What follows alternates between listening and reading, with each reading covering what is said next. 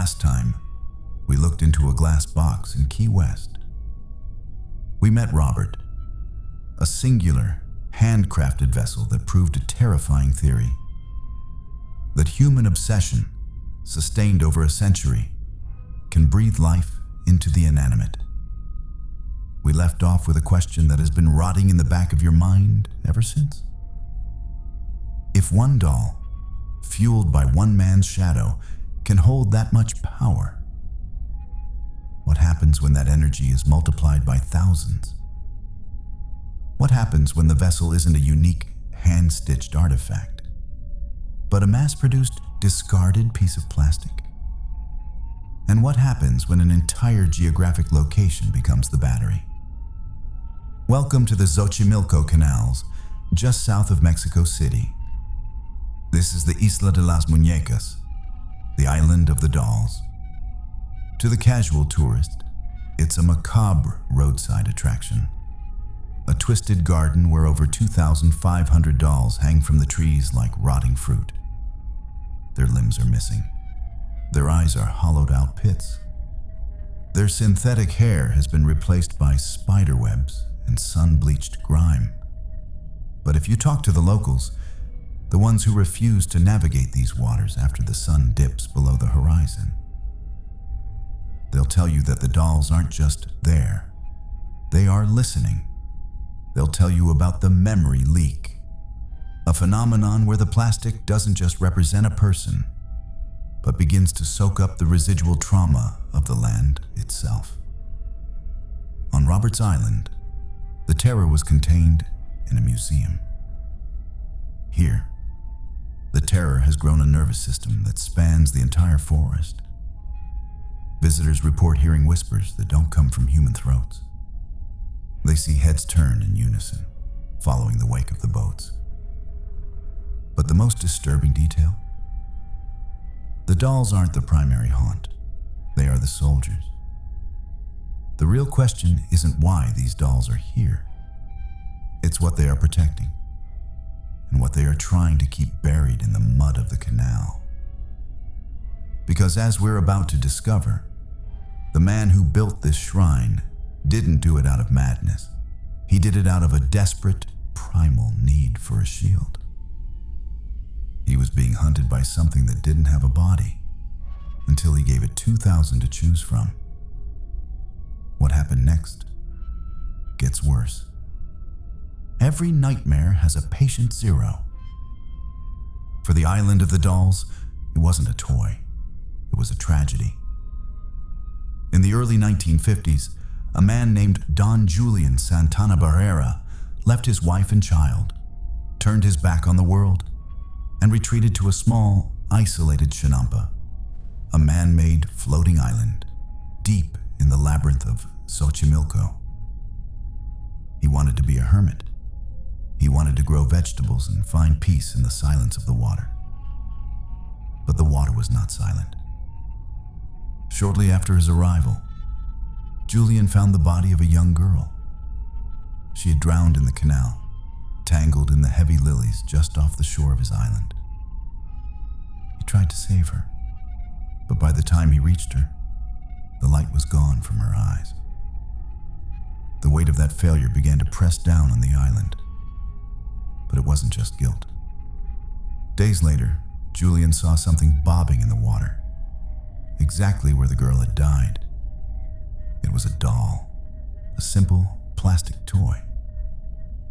He fished it out, and in a moment of superstitious grief, he hung it from a tree. He thought it was a tribute, a way to appease the spirit of the girl who had died on his doorstep. He was wrong. The hanging of the first doll didn't bring peace. It acted as an invitation. Julian began to hear things, not just the wind in the reeds, but the sound of a child crying, the sound of small, wet footsteps on the wooden floor of his cabin. He became convinced that the girl's spirit hadn't moved on. She was trapped, and she was angry. He began to find more dolls in the canal. He would wake up, and a doll would be sitting on his porch, dripping wet, despite no one else being within miles He didn't see them as toys anymore. He saw them as vessels. Remember what we discussed regarding Robert? The tulpa effect? Julian began to pour every ounce of his fear into these objects. He believed that if he surrounded his home with dolls, the spirit would be distracted. It would inhabit the plastic instead of him. But as the years turned into decades, the collection grew from dozens to hundreds to thousands. And something strange began to happen to the dolls themselves. They began to change, not just from the weather, but from the soak. In the world of the supernatural, we call this the collective vessel. When you have a high density of objects designed to mimic the human form, they create a resonant frequency. They start to pull in the ambient energy of every tragedy that has ever touched those waters. And Xochimilco has a lot of history. Blood, sacrifice, centuries of secrets buried in the silt. Julian was no longer just dealing with a drowned girl. He was building a lightning rod for the dead. But as his sanity began to fray, the dolls began to do something he never expected. They started to talk back. By the 1990s, Julian's island had become a legend. He had transformed the landscape into a cemetery of plastic.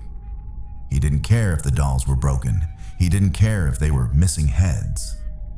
In fact, he believed the broken ones were more effective.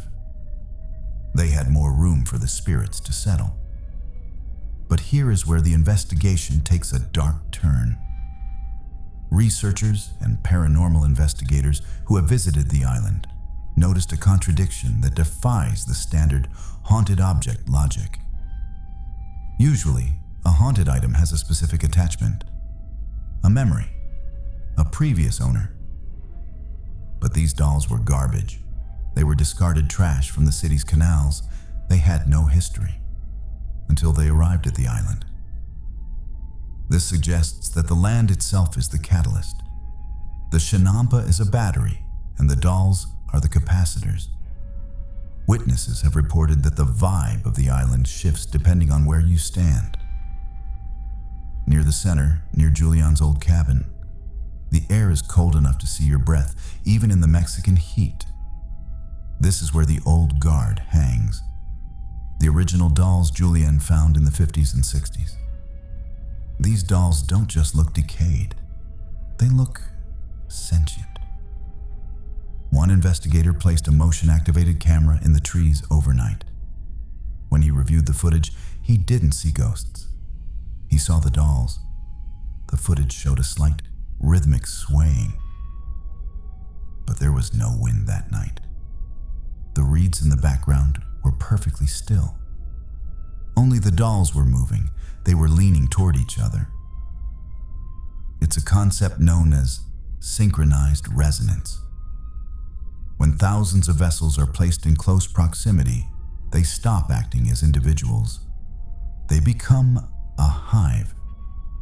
Julian began to claim that the dolls were protecting him from the drowned one. He spoke of a tall, shadow-like figure that would rise from the canal at night, something far larger and more ancient than a young girl. He believed the dolls were his army, that their presence created a barrier of humanish energy that confused the entity. But there was a price for this protection. Julian stopped leaving the island. He stopped speaking to people. He would spend his nights walking through the garden, talking to the dolls, calling them by name, feeding them scraps of food. He treated them as if they were his children. But the children were getting hungry. Locals began to notice that Julian was looking drained, sallow, as if the dolls weren't just protecting him, but were feeding on his life force to maintain their own soak. And then, in 2001, the loop finally closed. Julian was found dead, but it wasn't the cause of death that shocked the world. It was the location. He was found face down in the canal. in the exact same spot where he had found the drowned girl 50 years earlier. The dolls were watching from the trees, and for the first time in 50 years, they were silent. But that wasn't the end, because after Julian died, the island didn't go cold. It got louder. After Julian's death, his nephew took over the care of the island. He expected the energy to dissipate now that the man who created the shrine was gone. Instead, the memory leak accelerated. The island began to attract a new kind of energy, the voyeur. Thousands of tourists began to flock to the site, bringing with them their own fears, their own morbid curiosities, and their own cameras. Remember the permission rule from Robert the Doll? The idea that looking at a vessel with the wrong intent can cause a backflow of energy. The Island of the Dolls is that effect on a massive scale. Visitors began to report hitchhikers. People would leave the island feeling a weight on their shoulders. They would return home only to find that their own dolls, their children's toys, were being found in different rooms. They would hear the sound of wet footsteps in their hallways. The island had become a contagion site. The dolls on the island act as a doorway. Because they are mass-produced, they are blank vessels. They don't have a single identity. They are avatars for whatever spirit is passing through the Xochimilco corridor. But there's a deeper, more disturbing layer to this. In the late 2000s, a team of researchers conducted a soil and water analysis around the Chinampa. They found something they couldn't explain. The lead and plastic degradation from the decaying dolls was seeping into the very earth of the island. The screaming garden was literally becoming part of the ecosystem. This creates a bioparanormal loop. The spirits aren't just in the dolls. They are in the trees that hold the dolls. They are in the water that reflects the dolls. One regular visitor, a local boatman, claims that the dolls migrate. He swears that he has seen dolls that were hanging on the north side of the island appear on the south side a week later. There are no tracks, no broken branches. They just move. Is it possible that Julian Santana Barrera didn't just create a shrine? Is it possible he created a new form of life? A collective tulpa, fed by the tragedy of a drowned girl, the madness of a hermit, and the morbid energy of millions of visitors? If Robert the Doll was a masterpiece of individual haunting, the Island of the Dolls is the assembly line of the supernatural. But there is one doll on the island that no one talks about.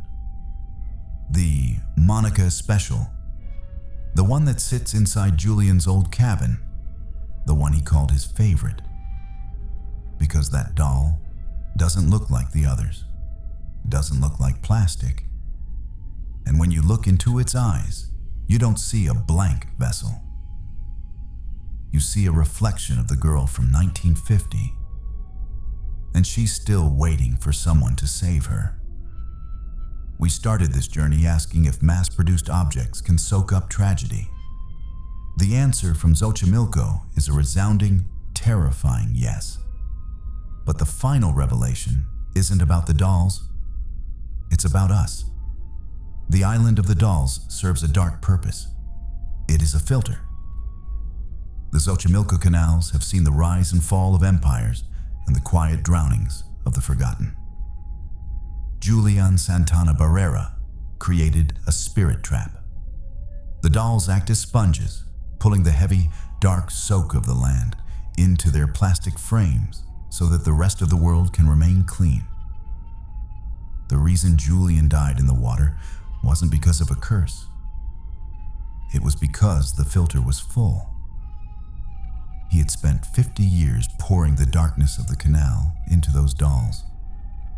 And eventually, the pressure became too much. But here is the true terror. If thousands of dolls hanging in the open air can soak up the trauma of a region. What happens when you do the opposite? What happens when you take a singular, powerful entity and attempt to trap it? Not in a museum glass case, and not in an open-air forest, but behind a seal. Julian's dolls were designed to catch spirits as they passed by. But some vessels are built to hold them in. Next time, we're moving from the sprawling garden of Xochimilco to the suffocating darkness of a small wooden wine cabinet. An object that wasn't created by a grieving hermit, but by survivors of a far older, far more calculated horror. We're going to open the seal on the most cursed eBay listing in history. We're going to look at what happens when curiosity meets an ancient Jewish folklore prison. We're going to meet the Dybbuk box. And unlike the island of the dolls, you can't just walk away from this one. Because once the seal is broken, the container doesn't matter anymore. You've already let it in. What happened next gets worse.